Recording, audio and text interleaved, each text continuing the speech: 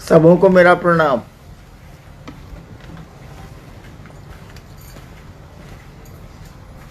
आज नवमी है, तिथि खंडित होकर दशमी भी आ गई है। दशहरा का पर्व है, बड़ा ही पावन और हर्षोल्लास का पर्व है ये, जहाँ हम सभी मिलकर उस महाशक्ति की, उस दुर्गा की पूजा करते हैं। सूरज तो आज निकला है नवमी में, जैसा अखबार कहते हैं।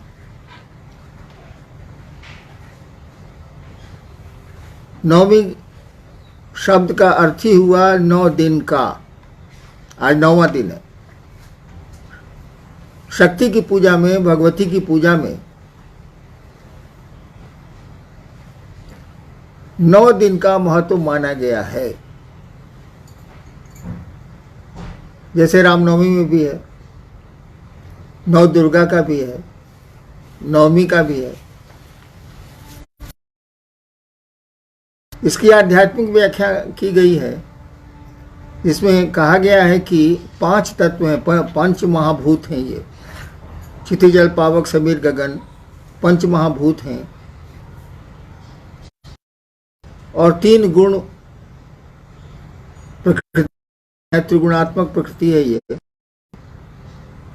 सतरजतम 5 तत्व और 3 पूरा चराचर जगत बना हुआ।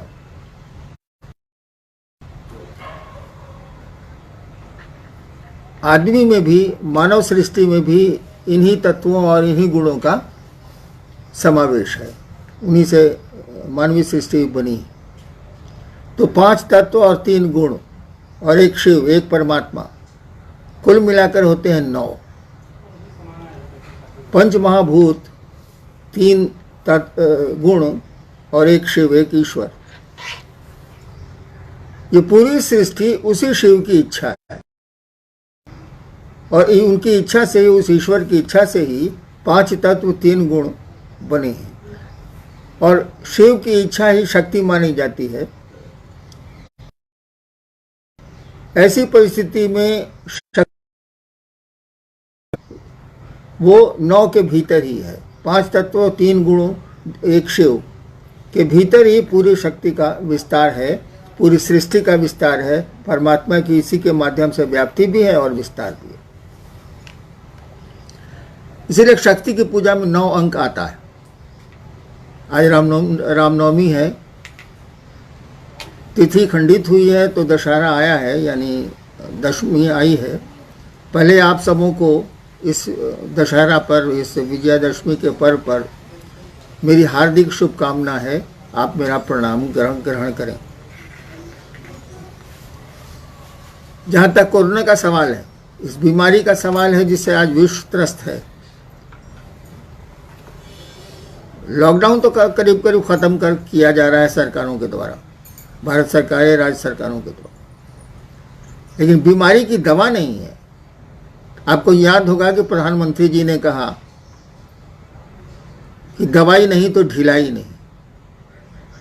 हमको आपको उसको मानना चाहिए। मास्क और जो दूरी है, सोशल डिस्टेंस जो मेंटेन करना है 6 गज का, 6 फीट का, उसको मानना है। अनावश्यक भीड़ भाड़ में नहीं जाना है। बिना काम के तफरीह में अभी नहीं निकलना है। थोड़ी सतर्कता तो ज़रूरी है। दवा आ जाएगी तो फिर देश में जो मशवरा प्राप्त होगा, सलाह प्राप्त होगी प्रशासन के द्वारा, वो हम लोग करेंगे। लेकिन अभी, और इसीलिए शिव चर्चाएँ भी बंद की गई हैं कि भीड़ नहीं हो। जैसे 200 आदमी के इकट्ठा होने की अनुमति सरकार दे रही है, लेकिन 200 आदमी ही मात्र इकट्ठा होंगे, इसकी कोई गारंटी हम आप नहीं ले सकते। क्योंकि सब समझता है कि हम तो अकेले जा रहे हैं। वो एक राजा था ना, जिसने कहा कि 1 लोटा थोड़ा सा दूध कुएं में डाल दिया और कहा कि इलाके के लोग इसमें 1-1 लोटा दूध डालें। सबने सोचा कि जब दूध पड़ा ही हुआ है तो 1 लोटा से क्या अंतर पड़ता है, पानी डाल देते हैं। और पूरे इलाके से 1-1 लोटा पानी ही आता रहा, दूध नहीं आया। नतीजा हुआ कि कुआं का पानी जो दूध था वो भी पानी हो गया। तो 200 आदमी की अनुमति या प्रशासन आपको अनुमति देता है कि 200 आदमी का आप कार्यक्रम कर सकते हैं। यदि एसडीओ साहब आपके लोकल जो अनुमंडल पदाधिकारी हैं वो अनुमति देते हैं कि ठीक है 200 आदमी में आप अपना कार्यक्रम करिए, लेकिन आप कोई गारंटी नहीं दे सकते हैं कि 2 ही आदमी होंगे। वो संख्या बढ़ेगी क्योंकि शिव शिष्यता में भीड़ बहुत है, शिव शिष्य बहुत हैं, खास करके गुरु बहनें हैं जो मानती नहीं हैं। तो 200 आदमी की अनुमति लेकर कार्यक्रम करना भी बहुत ठीक नहीं होगा, क्योंकि आप संख्या को रेगुलेट नहीं कर सकते हैं, नियमित नहीं कर सकते। आइए देखते हैं, कुछ जिज्ञासाएं आई हैं और कोशिश करते हैं उनका क्या उत्तर हो सकता है। जी, अरुणाचल प्रदेश से एक शिष्य हैं जिन्होंने जिज्ञासा भेजी है कि कहा जाता है कि शिव और शक्ति में कोई विभेद नहीं है, ऐसे में भगवान शिव से जुड़े बिना शक्ति की आराधना कैसे फलदायी होगी? हाँ, शक्ति और शिव में तो कोई विभेद नहीं माना जाता है। सूरज और सूरज की किरणें, आग और उसकी गर्मी, ताप। आग है तो ताप होगा, गर्मी उसमें होगी, हीट उसमें होगा। सूरज है तो रोशनी उसमें होगी, प्रकाश की किरणें होंगी ही होंगी। ठीक उसी तरह से शिव हैं तो माना जाएगा कि शिव में शक्ति व्यक्त हुई है, शिव में जो शक्ति अंतर्निहित है वो व्यक्त हुई है, और पूरी सृष्टि हमारे आपके सामने दृश्य भी है और दृश्य भी है। ये शक्ति कहा जाता है कि या शक्ति शिवा से शक्ति, जो भी शक्तियां हैं वो शिव की शक्तियां हैं, अनंत शक्तियां हैं। मूल रूप से तो जो शक्ति मानी जाती है उसकी पूजा हो भी रही है, गौरी हैं और अन्य शक्तियां हैं जो मूल रूप से मानी जाती हैं। उनके नीचे तो असंख्य अनंत शक्तियां हैं। तो शिव के बिना तो शक्ति हो नहीं सकती, और शक्ति ना हो तो शिव भी जाने नहीं जाएंगे, अव्यक्त होंगे। जो महाकाल की स्थिति है, जब काल ही नहीं था तब भी शिव थे। काल का अर्थ होता है जब कुछ बनेगा तो काल शुरू होगा। जैसे घड़ी बन जाएगी तब समय शुरू होगा कि इस तारीख को बनी थी, इतने दिन चलेगी, इसके बाद ये खत्म हो जाएगी। दवा बनी है, इतने दिन ठीक रहेगी, उसके बाद इसकी शक्ति घटती चली जाएगी। तो महाकाल का यही कॉन्सेप्ट है, महाकाली का भी यही कॉन्सेप्ट है। जब काल नहीं था यानी सृष्टि नहीं थी तब भी ये थे, लेकिन वहां शक्ति अव्यक्त है शिव में। शिव की इच्छा अव्यक्त है, शिव में व्यक्त नहीं हुई है, उसका प्रस्फुटन नहीं हुआ है। जैसे शक्ति व्यक्त हुई है तब वही 5 तत्व और 3 गुणों का निर्माण हुआ है और पूरी सृष्टि बनती चली गई है क्रमशः। सवाल है कि क्या शक्ति की जी विभेद नहीं है कोई, वो तो नहीं है शिव और शक्ति में। हाँ। तो ऐसे में भगवान शिव से जुड़े बिना शक्ति की आराधना कैसे फलदायी होगी? देखिए, आराधना का उद्देश्य क्या है, पहले तो ये महत्वपूर्ण है। आप चाहते क्या है, आप भगवती से क्या मांगना चाहते हैं? सुख, धन, धान्य, वैभव, इस जगत की चीजें, या भगवती को ही मांगना चाहते हैं? जैसे है ना, शिव से हम मांगते हैं, शिव को कहाँ कोई जल्दी मांगता है। तो भगवती से अगर मान लेना चाहते हैं तो शिव की पूजा की बहुत महत्ता नहीं है, वो दे देंगी। हालांकि शक्ति उन्हीं की है, लेकिन वो दे देंगी। देवियों की स्वतंत्र पूजा होती ही होती है, पहले नहीं होती थी, अब तो होने लगी है, बहुत दिनों से, बहुत हजार वर्षों से हो रही है। लेकिन अगर भगवती को चाहेंगे आप, तब तो शिव की आराधना मस्त है, कोई उपाय नहीं है हमारे आपके पास, क्योंकि उन्हीं की शक्ति है, उन्हीं की इच्छा है। शक्ति कहा जाता है शिव की इच्छा शक्ति है। और उन्हीं की इच्छा से सारा जगत चल रहा है, वही शक्ति काम कर रही है। तो शक्ति से अगर जगत मांग रहे हैं तो मिल भी सकता है, लेकिन उस शक्ति को ही मांग रहे हैं, भगवती को ही अपना बनाना चाहते हैं, तब तो शिव की आराधना अनिवार्य है, आवश्यक है। कोई उपाय हमारे आपके पास नहीं है। जगत मांगिएगा तो दे सकती, देती ही। जी, पटना से एक गुरु बहन है जिन्होंने पूछा है कि शिव गुरु चर्चा के बिना, जैसा कि अभी लोगों को लगता है कि बंद कर दिया गया है, तो शिव गुरु चर्चा के बिना मन व्याकुल है, व्यथित है, 3 सूत्र का पालन नहीं हो पा रहा है, तो कैसे करें? चर्चा के बिना मन व्यथित, बाह्य परिवेश ऐसा है कि हमको आपको चर्चा की अनुमति नहीं मिलेगी, क्योंकि हमारे आप पर ही शारीरिक खतरा है। 3 सूत्र में दूसरा सूत्र है चर्चा करना। चर्चा का मानी क्या होता है, अर्थ क्या होता है? शिव गुरु चर्चा का प्रयोजन है कि दूसरे आपकी शिव चर्चा से शिव की ओर बढ़ें, शिव को अपना गुरु माने, उनका जीवन शिवमय हो, सुखमय हो, शांति उनको मिले, ये प्रयोजन है शिव चर्चा का। लेकिन 3 सूत्रों में 2 सूत्र और भी हैं भाई साहब। पहला सूत्र है कि अपने गुरु शिव से दया मांगिए, दया की याचना करिए, मन उस दया की स्थिति में जाए। और तीसरा सूत्र है अपने गुरु को प्रणाम करिए। आपने शिष्यानुभूति, मेरी पतली सी पुस्तक है, उसको पढ़ा होगा। उसमें लिखा हुआ है कि शिव शिष्यता के लिए अनिवार्य एक ही चीज है, वो है अस्थायी शिष्य भाव। यानी शिव हमारे गुरु हैं, शिव मेरे गुरु हैं, यह भाव खंडित नहीं हो। जैसे आज तिथि खंडित हो गई, 9वीं में 10वीं घुस आई, कभी कभी चतुर्दशी में अमावस्या घुस आती है। अस्थायी शिष्य भाव चाहिए, यानी मैं शिव का शिष्य हूं तो हूं, इसमें कोई भी संशय, कोई भी 2 बातें नहीं होंगी। शिव मेरे गुरु हैं तो हैं। अगर अस्थायी शिष्य भाव है तो अस्थायी मन नमन की स्थिति में जाएगा, अस्थायी रूप से जाएगा। अस्थायी रूप से मन शिव से दया की याचना में जाएगा। बोलने या करने जैसा कुछ भी नहीं। मन तो नहीं लग रहा है, इसीलिए कि चर्चा करते थे तो भीड़ होती थी, भीड़ में बोल रहे हैं हम तो थोड़ा मजा आता था, अच्छा लगता था कि इतने लोग बेवकूफ़ बैठे हैं मेरे सामने, हम ज़्यादा होशियार हैं, इसीलिए चर्चा कर रहे हैं। दूसरे प्रयोजन भी हो सकते हैं।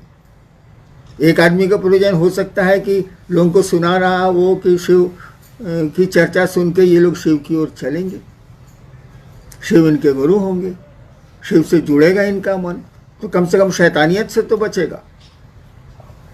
और कुछ की मनसा होगी कि भीड़ है, इतने लोग मेरे हैं, तो कुछ लौकिक जगत मिल ही जाएगा, सम्मान मिल ही जाएगा, सुविधाएं मिल ही जाएंगी, अन्य काम भी धरती के हो ही जाएंगे। तो ऐसे लोगों को ज़्यादा तकलीफ हो रही है, जिनका जगत छूट रहा है चर्चा के बिना, जागतिक सुख सुविधाएं कम हो रही हैं चर्चा के बिना, उनको तो दर्द होगा भैया कि कुछ मिल नहीं रहा है, न सम्मान मिल रहा है, न सुविधा मिल रही है, न पैसे मिल रहे हैं, ये क्या हो रहा है। शोर तो वही लोग ज़्यादा करेंगे। मैं शिव का शिष्य हूँ और मैंने ही पूरी दुनिया में शिव चर्चा 3 सूत्र की बात को लाया। ठीक है, मुझको किसने सिखाया? महादेव मेरे गुरु ने सिखाया, यह बात छोड़ दीजिए, मैं ही प्रत्यक्ष रूप से दिखता हूँ। मेरे मन में कभी ऐसा नहीं हुआ कि 6-7 महीने से शिव गुरु की चर्चा मेरे द्वारा बंद है, मेरी शिष्यता का क्या होगा, कभी नहीं आया मेरे मन। क्योंकि शिव मेरे गुरु हैं, चर्चा हो या नहीं हो क्या अंतर आता। महादेव मेरे गुरु हैं, जब मौका मिलेगा तो लोगों को शिव की ओर प्रेरित करेंगे। अगर शिव चर्चा बंद होने से आपकी शिव शिष्यता खंडित हो रही है, आपकी शिव शिष्यता कमजोर हो रही है, तो लानत है ऐसे शिव शिष्यों पर, ऐसे शिव शिष्यों को शिव शिष्यता छोड़ देनी चाहिए, यह मेरी राय। नेक्स्ट। बनारस से एक शिव शिष्य हैं, उन्होंने कहा है कि शिव शिष्य बहुत दिनों से नमः शिवाय कर रहे हैं, कुछ लोग मना करने पर भी करोड़ों कर चुके हैं, तब भी उन्हें शांति नहीं है और परेशानियों की शिकायत करते हैं। क्यों? परम शांत की पूजा करके भी इतनी अशांति क्यों है? मैंने इतने दिन से नमः शिवाय करते हैं, करोड़ों कर चुके हैं जी। अच्छा अच्छा, तो परम शांत की पूजा करके अशांति, इतनी अशांति क्यों है? जी, और तभी उन लोगों को शांति नहीं मिली, बोलते हैं। पहले तो नमः शिवाय आपने करोड़ों कर लिया, जैसा प्रश्न आया है, करोड़ों कर लिया। मैं ऐसे लोगों से मिला हूं जिन्होंने अरबों नमः शिवाय किए, और मेरे साथ रहे हैं वो लोग जिन्होंने अरबों नमः शिवाय किए हैं। 24 घंटे यही काम ही करता था वो। और उसके बाद मैंने देखा उस आदमी को कि आदमी नहीं रह गया था, उसका व्यवहार बहुत अहंकारी हो गया था। अंग्रेजी का शब्द इस्तेमाल कीजिए तो वो इडियट हो गया था।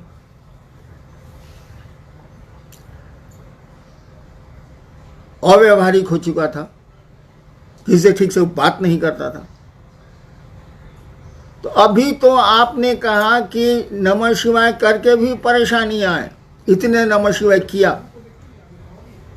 एक आदमी तो मैंने देखा है कि नमः शिवाय करके सबको डांटते चलता था, मर गया वो आदमी नहीं है धरती पर, लेकिन मैंने देखा है। क्यों ऐसा हुआ? नमः शिवाय का अर्थ है शिव को प्रणाम, शिव को नमन। उस सर्वोच्च सत्ता को आप प्रणाम निवेदित कर रहे हैं, झुक रहे हैं आप। ये नमः शिवाय करके तन कैसे गए आप? कहीं जरूर गड़बड़ी है, और भीषण गड़बड़ी है। सामान्य आदमी भी बेकार हो गया नमः शिवाय करके। इसीलिए कि नमः शिवाय में दो स्थितियां होती हैं। एक, नमः शिवाय का अर्थ में जो भाव छिपा है वो, जैसे नमः शिवाय का अर्थ है शिव को नमन, शिव को प्रणाम। इसमें भाव क्या छिपा है? मन आपका झुकेगा भाई साहब। प्रणाम करिएगा किसी को तो मन झुकेगा। बिना झुके भी प्रणाम होता है, खूब होता है। हम लोग लाचारी में धरती पर बहुतों को प्रणाम करते हैं और मन ही मन सोचते हैं कि साल कहां से बैठा गया, आज खाना नहीं मिलेगा। ऐसे भी प्रणाम होते हैं औपचारिक, लेकिन शिव को तो औपचारिक प्रणाम नहीं चलेंगे। वहां तो मन को प्रणाम की स्थिति में जाना होगा। नमः शिवाय का अर्थ और चैतन्य मंत्र में दो चीजें होती हैं। तो नमः शिवाय का अर्थ तो क्लियर है, बहुत हल्की सी संस्कृत है, नमः शिवाय, शिव को प्रणाम। लेकिन इसका अर्थ है शिव को प्रणाम, उसके में भाव क्या है? रोड पर चल रहे हैं, कका गोड़ लगत नहीं, अब मने मन सोच रहे हैं साला ककवा कहां से बेटा गया, आज तो नाश्ता नहीं मिलेगा। वाह, ये प्रणाम नहीं है। तो नमः शिवाय में शिव को प्रणाम करने का भाव छिपा है, शिव को नमन करने की स्थिति छिपी है। मन जब शिव को प्रणाम करेगा तो ये झुकना सीखेगा, विनीत होगा। कहा जाता है अकड़ और अहंकार दो चीजें न भक्ति मार्ग में चलती हैं न शिष्यता में चलती हैं। अकड़ और अहंकार से बचना होगा। और चैतन्य, मंत्र में चैतन्य होता है। ये शिव क्या है?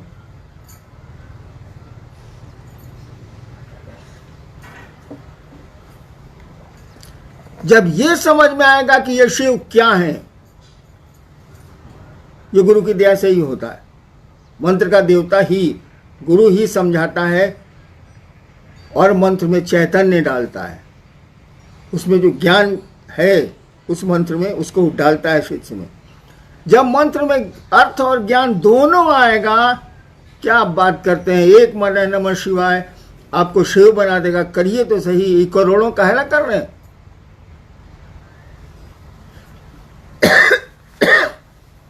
हमने कहा ना कि एक माला नमः शिवाय करिए, एक एक दाने पर शिव को प्रणाम करिए। तो हम तो लोग तो गिनती करते हैं 108 हो गया। माला में तो 108 दाने दिए ही हुए हैं, उसको गिनती क्या करनी। और सांसों पर करिएगा तो सांसों की माला पे तो गिनती का सवाल ही नहीं। और आपकी सांसें भी फिक्स्ड है, हर एक आदमी को तय है कि कितनी सांसें लेगा ये धरती पर। तो नमः शिवाय में अर्थ और चैतन्य, अर्थ तो आप समझ सकते हैं, लेकिन चैतन्य के लिए गुरु की दया जरूरी है, उस मंत्र के देवता की दया जरूरी है। वो जब मिलेगी तो एक बार का नमः शिवाय आपको शिव के रास्ते में उठा के रख देगा। एक बार का नमः शिवाय कहा ही जाता है कि एक बार आपने शिव को प्रणाम कर लिया, निश्चल प्रणाम कर लिया, फिर प्रणाम की ज़रूरत नहीं है। फिर तो मन परमानेंट अस्थायी रूप से शिव भाव में चला जाएगा। आपने करोड़ों किए हैं, हुआ क्या? नमः शिवाय तो किया आपने, बस करते गए, न अर्थ समझा उसका ठीक से, न मंत्रों का अर्थ दिमाग में आया। कर रहे हैं तो कर रहे हैं, अर्थ जानते हुए भी आप माला पर आपका ध्यान है। और मन धीरे धीरे समझने लगा कि हम तो 1 लाख 2 लाख 1 करोड़ नमः शिवाय कर दिए, साला सामने वाला क्या बोलेगा हमसे। और अहंकार आपको छाया। अहंकार किसी को भी छाएगा तो धरती पर उसके संबंध बिगड़ेंगे, आध्यात्म में तो पूरी तरह बिगड़ जाएंगे। इसलिए याद रखिए भाई साहब, शिव शिष्यता में या भक्ति में अकड़ और अहंकार इसको हटाइए। इसके जब तक ये नहीं हटेगा तब तक आपका नमः शिवाय फलदायी नहीं होगा। वैसे धरती के छोटे मोटे काम हो गए। नेक्स्ट। आरा से शिव शिष्य हैं, आपने कहा आओ चलें शिव की ओर, अब तो चल भी रहे हैं फिर भी परिणाम नहीं है, कष्ट बहुत है, मन भागता रहता है, आखिर क्यों है ऐसा? जब भी जीवात्मा, जब भी कोई इस धरती पर योनिगत होता है, आता है, वो पेड़ हो, जीव हो, इंसान हो, देवता हो, भगवान हो, जब भी वो योनिगत होगा, पैदा होगा इस धरती पर, तब तो धरती के नियम लगेंगे। उसे सुख भी मिलेगा, उसे दुख भी मिलेगा, और आनंद तो मिलता है मात्र शिव की ओर चलने से, उस ईश्वर की ओर चलने से। जब दुख मिलेगा तो याद रखिए सुख भी मिलेगा, जब सुख मिलेगा तो याद रखिए दुख भी मिलेगा। लेकिन जब आनंद मिलेगा तो उसका उल्टा होता ही नहीं है। इसीलिए ईश्वर को कहा जाता है सच्चिदानंद, शिव को कहा जाता है वो ईश्वर है, महेश्वर है, आनंद वही है, उन्हीं के रास्ते में है, उन्हीं की दया पर है। तो आओ चलें शिव की ओर किसी ने कहा। अरे भैया, जिस दर्द से कहा वो दर्द समझ में आया कि शब्द पकड़ा गए। जिसने भी ये कहा कि आओ चलें शिव की ओर, उसके भीतर दर्द था, एक पुकार थी वह शिव की ओर चलने की, कि उसके पास भाव थे, और उस समय उसके पास दूसरा कोई भाव नहीं था। भीतर से उसने आवाज दी, आओ चलें शिव की ओर। हम लोगों के लिए तो वो शब्द हैं, आओ चलें शिव की ओर, है ना हुआ, वही हो गया, है ना हुआ। आओ चलें शिव की ओर। जिसने कहा उसके भीतर दर्द था, एक क्या कहिएगा, उसको एक पीड़ा थी, और इसी दर्द के तहत उसने आवाज दी, आओ चलें शिव की ओर। अगर उस दर्द से आप चलते हैं, उस दर्द के पीछे चलते हैं, तो कोई पीड़ा नहीं होगी। पीड़ा तो होती ही रहती है, पीड़ा तो मन झेलता है। पुआल पर सोने वाले को डलना पर सुला दीजिए, रात भर नींद नहीं आएगी। डलना पर सोने वाले को पुआल पर सुला दीजिए, रात भर नींद नहीं आएगी। ये तो मन की स्थिति है। सुख दुख यहाँ कुछ है नहीं, ये सभी घटनाएं हैं। यहाँ तो कोई दुर्घटना होती नहीं है जगत में, सब फिक्स्ड है। यहाँ सभी इंसिडेंट हैं, एक्सीडेंट नाम की कोई चीज़ नहीं है। हाँ, वो बोलचाल में हम लोग बोलते हैं।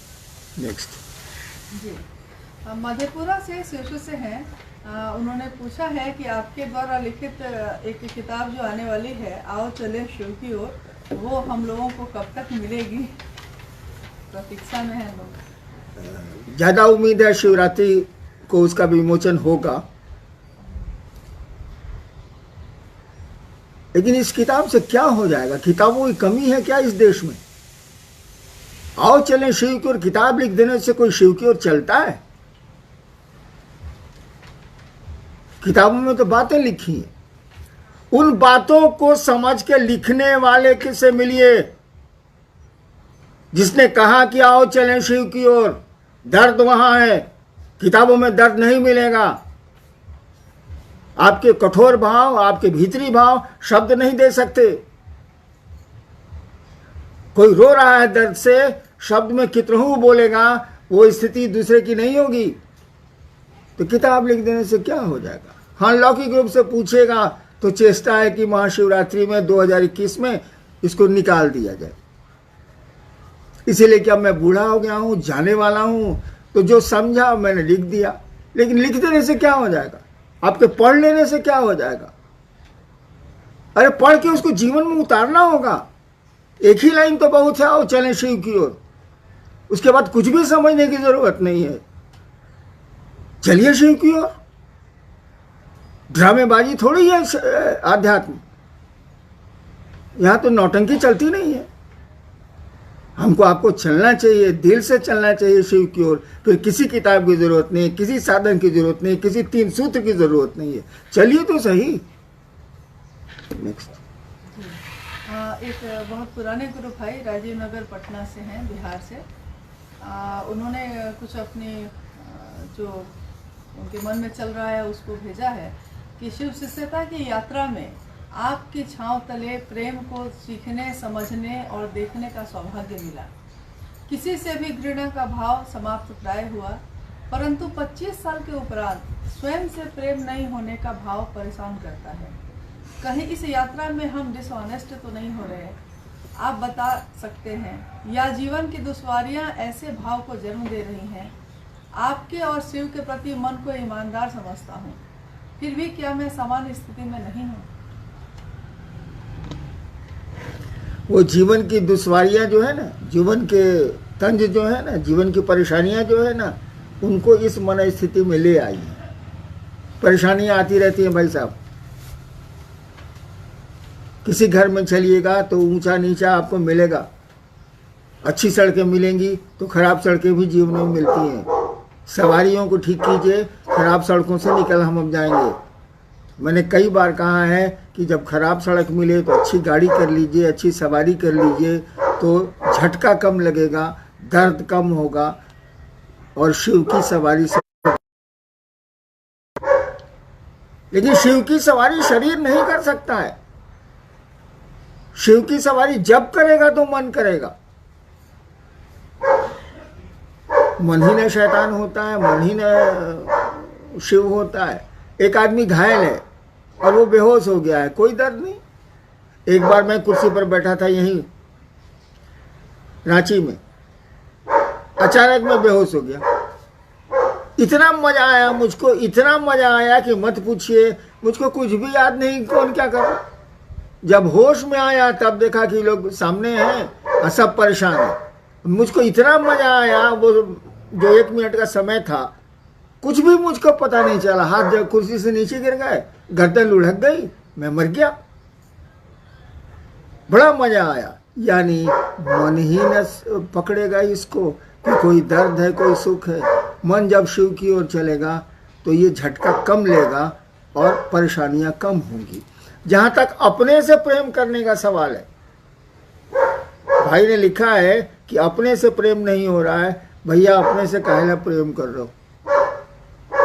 शिव से प्रेम करो ना। अपना खुद ही समझ में आ जाएगा कि हम लोग क्या हैं। आदमी को शिव से प्रेम करना चाहिए और थोड़ा बढ़िया से नमः शिवाय करिए। शिव को प्रणाम करने की कोशिश करिए। नमः शिवाय कोई दूसरा अर्थ नहीं है। अगर शिव को मन ही मन प्रणाम करते हैं आप, शिव को मन प्रणाम करने की स्थिति में जाता है तो नमः शिवाय की भी जरूरत नहीं है। इस साल नहीं जाता है मन, इसीलिए हम लोग कहते हैं नमः शिवाय करिए। नमः शिवाय तो आपको प्रणाम की स्थिति में ले जाता है। बहुत पावरफुल मंत्र है, उससे ज्यादा पावरफुल कोई मंत्र ही संसार में नहीं है, क्योंकि शिव से पावरफुल कोई है ही नहीं संसार में। इसलिए उनका नाम मंत्र सबसे पावरफुल। इसको किया जाए। जी। एक भाई हैं औरंगाबाद बिहार से, उन्होंने लिखा है कि शिव शिष्य होने की मनोदशा में जब लोग आते थे, लंबे समय तक ये संवाद संप्रेषित किया जाता था कि जागा जागा महादेव के उद्घोष के साथ अंतरिक्ष को प्रेषित किया जाता था।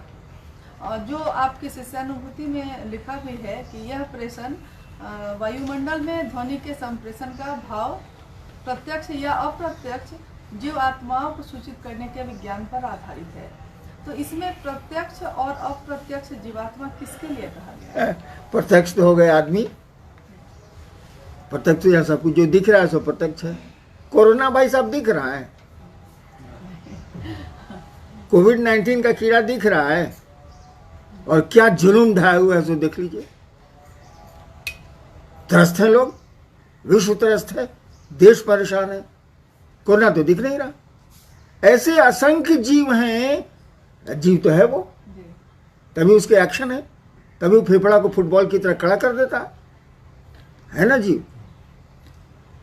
तो कहा गया कि दृश्य अदृश्य दोनों जगत की जीवात्माओं के लिए यह संप्रेषण कि किसी ने शिव को अपना गुरु माना है काम करता है, इसीलिए संप्रेषण दिया हुआ है।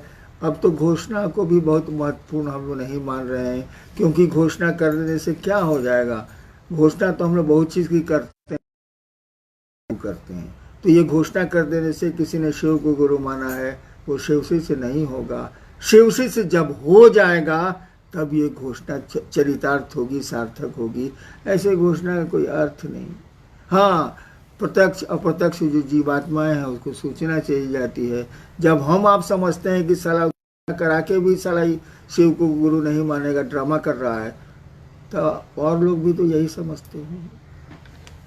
चलिए भाई, अंतिम ही है ऐसे अच्छा बोलिए। एक गुजरात से एक है गुरु भाइयों और गुरु बहनों की तरफ से कि साहब से, चूंकि अभी कोरोना काल में लंबे समय से आपसे लोग मिल नहीं पा रहे हैं, तो ये उनका है कि साहब से कुछ महीने मिल नहीं पाए तो मन में बहुत घबराता है, लगता है कुछ खो गया है। ऐसी स्थिति क्यों हो गई है हम लोग? अभी तो टेम्पोररी नहीं मिल रहे हैं भाई साहब, अस्थायी रूप से आप नहीं मिल रहे हैं। 6 महीने हुआ, 7 महीने हुआ नहीं मिल रहे। वो तो कोरोना की संक्रांति कह लीजिए है। अस्थायी भी स्थिति आने वाली है भाई साहब, और मैंने कभी नहीं कहा कि आप मुझसे जुड़ें। मैंने शिव गुरु की बात शुरू की थी 1980 में, शिव गुरु से जुड़ने की बात की है, शिव का शिष्य बनने की बात की है। आज भी वही करता हूं, और मरने तक आप मेरी आवाज़ यही सुनेंगे कि शिव से जुड़ें। और शिव परमानेंट है, अस्थाई है। शिव नहीं है तो शक्ति नहीं है, और शक्ति नहीं है तो जगत ही नहीं, हम आप ही नहीं। हमने शिव से जुड़ने की बात कही है, अपने से जुड़ने की बात नहीं कही है। और हमसे जुड़ के क्या करेंगे आप? जैसे आप अदना सा इंसान, हम भी अदना सा इंसान, दोनों तो एक ही हैं भाई साहब। लेकिन आइए मिल के चलते हैं शिव की ओर, जब तक चल सकते हैं। और नहीं चल सकेंगे तो अपने गुरु शिव से दया की याचना करेंगे। क्यों नहीं, बनाया उसी ने है, गुरु भी वही है।